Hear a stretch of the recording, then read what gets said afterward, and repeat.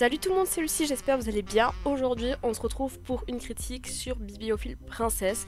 Alors attention, il y aura un additionnel sans spoil à la fin, donc je vous invite à regarder le chapitrage. Sinon, il y aura des spoils tout le long, je vais pas me restreindre. Et bien évidemment, c'est que mon avis personnel, vous avez le droit de ne pas être d'accord, donc n'hésitez pas à me dire votre avis si vous l'avez vu, bien évidemment, en commentaire.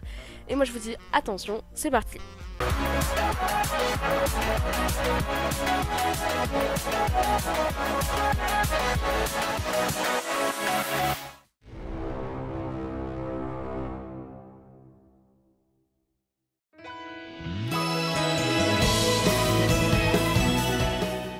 Lorsque Lady Eliana, une amoureuse des livres, aperçoit le prince Christopher, son fiancé, en compagnie d'une autre noble, elle se rend compte que les récents de rumeurs à son sujet doivent être vrais.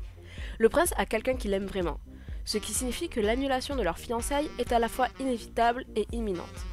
Ce qu'elle ne réalise pas, c'est que ce n'est que la surface de l'iceberg, et la vérité est en réalité bien plus compliquée.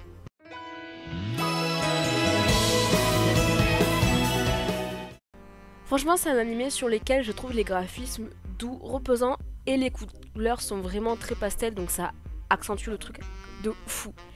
Les mouvements sont quand même assez fluides pour un animé de 12 épisodes, franchement ça fait largement le taf.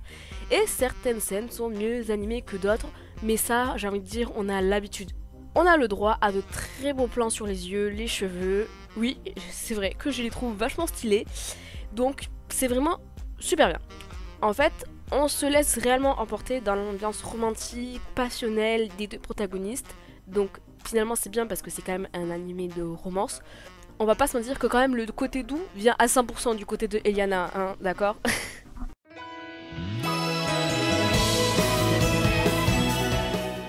Donc nous avons Eliana qui est le personnage principal. Je n'ai jamais vu quelqu'un d'aussi doux et gentil qu'elle de tous les animés confondus que j'ai pu voir. Elle n'a vraiment aucune mauvaise intention qui ressort et c'est vraiment hyper rare finalement. Elle aime juste une chose, les livres. Et quand même un peu le prince, on va pas se mentir. Mais quand je vous dis qu'elle aime les livres, c'est une passion. Tu maltraites les livres, c'est comme si tu t'en prenais à un membre de sa famille. Mais bon, hormis ça, plus sérieusement, les livres lui apportent beaucoup de connaissances, ce qui lui permet d'être une incroyable princesse aux yeux du peuple, et ça c'est très important. Elle réagit de façon quand même assez normale pour une princesse, enfin pour une fille d'animé romance. Genre, surtout au début quand elle voit le prince avec une autre fille. Bon, elle ne se doute pas des vrais sentiments du prince, mais elle était restée quand même sur le contrat et pour autant, elle s'est sentie blessée, ça l'a blessée, mais elle n'a pas réagi de manière excessive justement parce que ça venait d'un contrat à la base. Bref, j'adore ce personnage et il faut savoir qu'elle est très bien entourée et propose toujours des solutions très justes. Puis après, nous avons le prince Christopher. Lui, c'est sûrement l'un des princes que je préfère de tout animé de romance confondu. Au début, on peut penser que c'est vraiment le cliché du prince charmant et franchement, on va pas se mentir qu'il en est pas très loin. Mais ce que j'aime surtout avec ce personnage, c'est qu'il est réfléchi et logique et ne se laisse vraiment pas berner. Chose qu'on peut se douter au début, mais on a du mal à comprendre. Bref, après, il est juste fou amoureux de Eliana, mais après tout, qu'est-ce qu'on veut faire d'autre? C'est un animé de romance, je vous le rappelle. On pouvait s'attendre à quoi, sérieusement? En tout cas, la relation de ces deux personnages est vraiment incroyable. Il y a de l'amour, de la tendresse, et oui, il n'y a pas ce côté rocambolesque que certains adorent, mais ils sont là l'un pour l'autre, et c'est plein d'amour, ils sont beaucoup trop mignons, c'est juste un amour pur. Et puis nous avons d'autres personnages secondaires archétypes des light novels, parce qu'il faut savoir que oui, à la base c'est tiré d'un light novel, jeu d'amour, comme vous préférez. Donc nous avons Alexei, le gars froid, le bras droit du prince qui est chargé des affaires du château. Nous avons Gren, le soldat vigoureux et énergétique, évidemment il a les cheveux rouges, ça concorde tout le temps.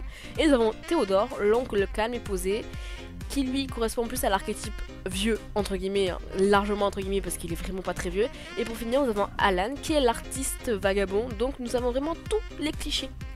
Donc franchement, ils ont tous des personnalités qui correspondent au coup de cœur possible dans ce genre de jeu. Et là, mon chouchou, c'est Alexei. Parce qu'en fait, il me fait rire, même si c'est pas du tout l'objectif. Alors, à la base, c'est pas du tout un clown, mais la façon dont il traite les autres, vraiment, je vous jure, ça me fume de rire. Attention, je ne ris pas à gorge déployée pendant la visionnage de cet animé, mais j'esquisse un petit sourire et franchement c'est bien suffisant dans ce genre d'animé de romance.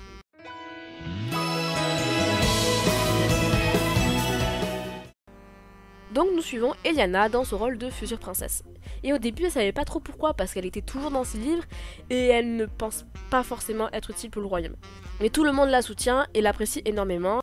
Dans les premiers épisodes, on a un début de light novel, donc c'est-à-dire une jeune fille d'aristocratie qui est simple mais qui fait son apparition et donne même l'impression que le prince en pince pour elle. À ce moment-là, je vous dis pas comment j'ai pu m'énerver. Comment il pouvait laisser tomber Eliana, qui est si parfaite, si douce pour cette personne, franchement. Donc, je me suis énervée beaucoup trop rapidement parce que clairement Christopher n'est pas si con que ça et heureusement pour nous, franchement. C'est là où on a le droit à un moment de révélation pour nous et pour Eliana qui se rend compte de tous ses accomplissements et du pourquoi du comment. L'histoire sinon est plutôt classique en règle générale, on a une histoire d'Aristo, puis un peu du peuple, toujours avec Eliana qui résout entre guillemets la situation avec ses livres on peut dire. Bon, on est d'accord que c'est plus compliqué que ça, mais je vais pas rentrer dans les détails précis de l'histoire, ce n'est pas non plus le but. Bref, j'ai vraiment kiffé l'histoire, après oui il y a des épisodes plus mous que d'autres, mais franchement ça va. J'ai déjà regardé largement pire pour une histoire de romance. Je ne citerai pas le nom de l'anime que j'ai regardé qui est bien pire, parce que je vais m'attirer les foudres de beaucoup de monde sinon.